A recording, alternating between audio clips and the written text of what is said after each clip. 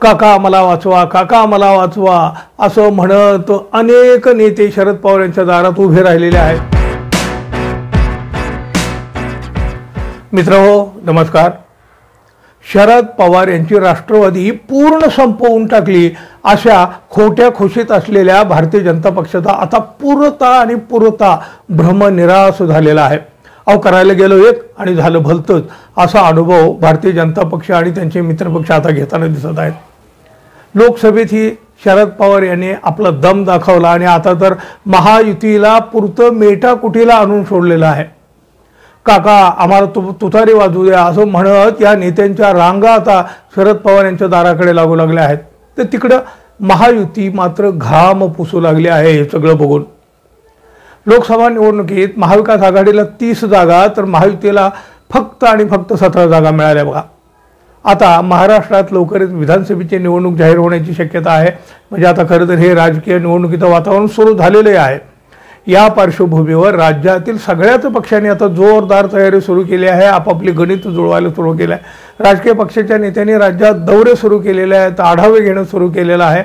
असं सगळं चित्र सध्या महाराष्ट्रामध्ये दिसत आहे। अशातच शरद पवार यांच्या दौऱ्यांनी अनेकांनी राष्ट्रवादी शरद पवार गटात प्रवेश केला आहे। काका आम्हाला वाचवा, काका आम्हाला वाचवा असं म्हणत अनेक नेते शरद पवार यांच्या दारात उभे राहिलेले आहेत। शरद पवार यांना निवडणुकीसाठी तगडे उमेदवार मिळालेले आहेत। आतापर्यंत जेही त्यांनी दौऱ्यामध्ये जे काही यश मिळालं प्रचंड आहे। आता असे तगडे उमेदवार मिळालेले असतानाच अशातच गेल्या 2-3 दिवसापासून पुण्यातील शरद पवार यांच्या निवासस्थानी अनेक नेत्यांनी शरद पवारांची भेट घेतल्यामुळं महायुतीचं टेन्शन वाढलेलं आहे। पश्चिम महाराष्ट्रामध्ये तर काय हो शरद पवार यांचा बालेकिल्ला आहे। त्यामुळे तर पश्चिम महाराष्ट्रात या विधानसभेच्या पार्श्वभूमीवर मोठ्या हालचाली सुरू झालेल्या आहेत। वेगाने या हालचाली होऊ लागल्या आहेत। या तुतारीच्या भोवतीना अनेक इच्छुक आता पिंगा घालू लागले आहेत, आजूबाजूला वावरताना दिसू लागले आहेत। इंदापूरचे माजी आमदार हर्षवर्धन पाटील शरद पवारांच्या राष्ट्रवादीत येण्यास इच्छुक आहेत, उत्सुक आहेत। तिकडे भोसरीचे आमदार विलास लांडे म्हणजे माजी आमदार विलास लांडे यांनीही शरद पवार यांची भेट घेतली आणि त्याची देखील मोठी चर्चा होऊ लागली आहे।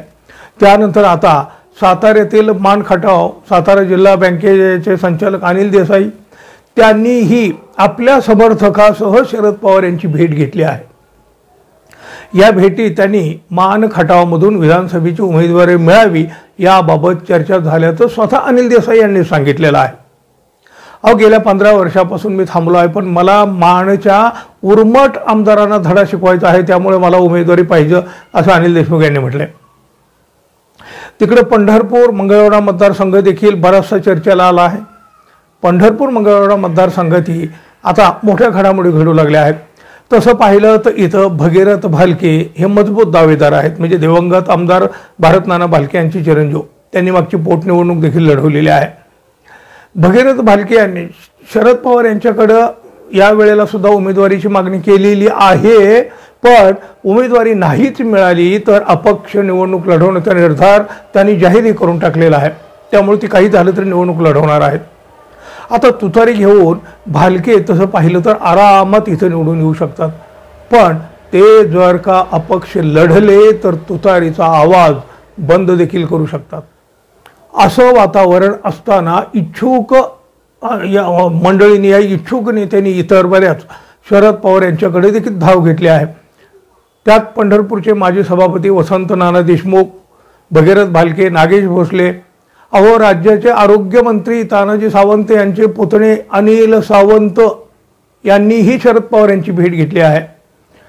काँग्रेसचे आदित्य फत्तेपूरकर यांच्यासह अनेक आजी माजी कार्यकर्त्यांनी पदाधिकाऱ्यांनी शरद पवार यांची भेट घेत त्यांच्याकडे पंढरपूर मंगळवेढ्यामधून उमेदवारीची मागणी केली आहे।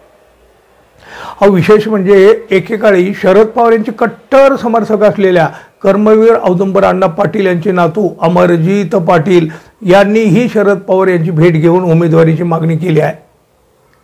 त्याचबरोबर फलटण कोरेगाव विधानसभा मतदारसंघातून बौद्ध समाजाला उमेदवारी मिळावी या मागणीसाठी फलटणमधील बौद्ध समाजाचे अनेक पदाधिकाऱ्यांनी शरद पवार यांची भेट घेतली असल्याची माहिती आहे। दरम्यान मान खटाव तालुक्यातल्या भाजप आमदार जयकुमार गोरे यांच्या विरोधात शरद पवार गटाकडून प्रभाकर देशमुख यांना उमेदवारी मिळण्याची शक्यता आहे, पण याच ठिकाणी शिवसेना उद्धव ठाकरे गटाकडून शेखर गोरे हे देखील इच्छुक असल्याचे सांगितले जाते आहे। पण अनिल देसाई यांनीही या मतदारसंघावर दावा केलेला आहे। अनेक इच्छुक एक मतदारसंघ अशी परिस्थिती होऊ लागली, सगळ्यांची धाव शरद पवार आणि तुतारीकडे। आता यामध्ये शरद पवार कोणाकोणाला उमेदवारी देणार हे आता निश्चित होण्यासाठी किंवा हे स्पष्ट होण्यासाठी काही काळ लागणारच आहे ना। त्यामुळं यंदाची विधानसभा निवडणूक रंगतदार मात्र निश्चित होणार आहे बघा।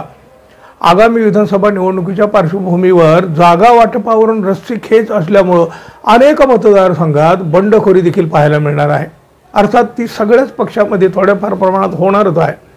शरद पवार यांच्याकडे नेत्यांच्या आणि इच्छुकांच्या रांगा लागत असताना मात्र दुसरीकडे महायुतीत जागा वाटपाचा पेच वाढतच आहे। अहो, पक्ष गेला, चिन्ह गेलं, आमदार पळवले, पण शरद पवार यांनी महायुतीला आता मेटाकुटीला आणले आहे बघा। त्यामुळं महायुतीला घाम पुसायला रुमाल देखील आता कमी पडू लागले आहेत की काय अशी परिस्थिती निर्माण झाली आहे। अहो, आता या शरद पवार यांना रोखायचं कसं या प्रश्नाचं उत्तर महायुतीकडे कोणाच्याच हाताला लागताना दिसत नाही आहे। प्रयत्न करतात पण यश येत नाही। शरद पवार यांचा उधळलेला हा वारू भारतीय जनता पक्ष रोखू शकेल काय? तुम्हाला काय वाटतं? कमेंट करून जरूर कळवा। आणि हो, आपण अजून आपल्या चॅनलला सबस्क्राईब केलं नसेल किंवा अजून आपण आपल्या चॅनलवर नवीन असाल तर कृपया सबस्क्राईब करावं अशी अपेक्षा आहे। धन्यवाद। पुन्हा भेटू, तोपर्यंत नमस्कार।